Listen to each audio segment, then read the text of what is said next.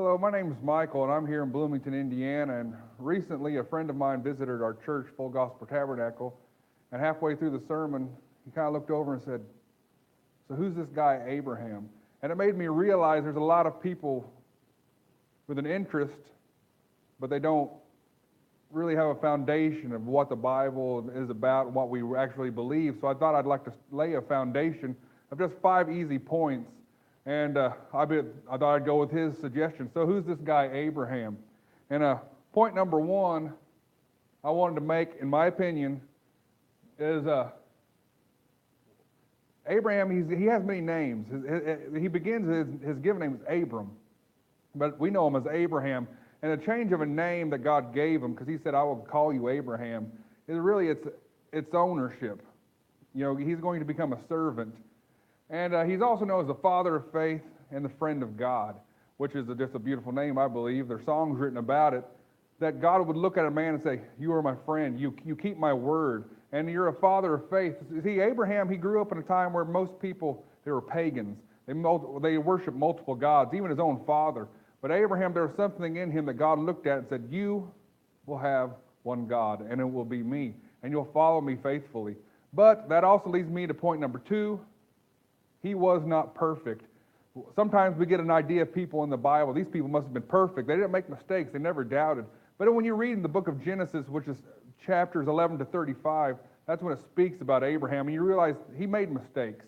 He had doubts, but he always was faithful to God, even in his mistakes, and realized, "God, I'm human. I'm dust and ash. Please forgive me and lead me on." And see, he's given a promise. This is point number 3, a promised seed. Abraham, he had no children. His wife couldn't conceive children.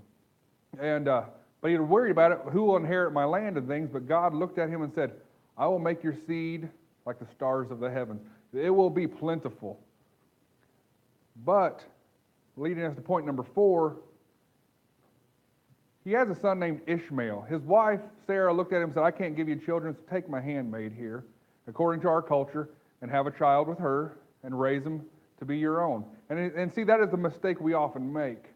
We begin to outthink God. We begin to make decisions on our own, and what becomes a mistake, because God comes to him and says, "No, it won't. The promise isn't through Ishmael. You and Sarah will have children."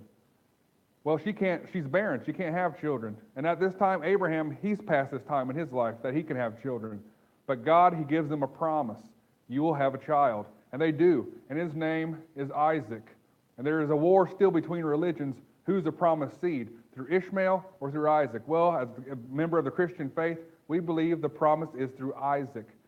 And again, he wasn't a perfect man, a very godly man, but we also were able to make these mistakes.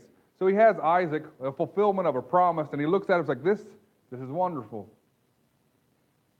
But then one day God comes to Abraham, the father of faith, a friend of God, and says, "I want you to sacrifice your son." And he looks at Isaac and says, "Come on, we have to go." But see, if we read further in the Bible, you recognize that Abraham looked at this and said, "The promise is through Isaac. God has to raise Isaac from the dead, even though I will have to sacrifice him." So he takes him up, he lays him upon an altar. And this is a Bible story many of us have learned in Sunday school growing up. He goes to sacrifice Isaac upon an altar, but as his hand comes down with a knife, God stops his hand and says, "You do not have to do this." And he looks over into a thicket, he sees a ram, and they're able to sacrifice that. And it really signifies John 3:16. "For God so loved the world that he gave his only begotten Son." That is how much God loved us. And he asks us to look upon the sacrifice that he gave when Abraham himself, he was willing to give his son. And God let this be a testimony through all generations that though he was able to stop Abraham from having to do this, God himself would give his son for us, so we may find salvation and forgiveness for our sins. So if you're interested in any more, we plan on making more videos. You can look down in the description.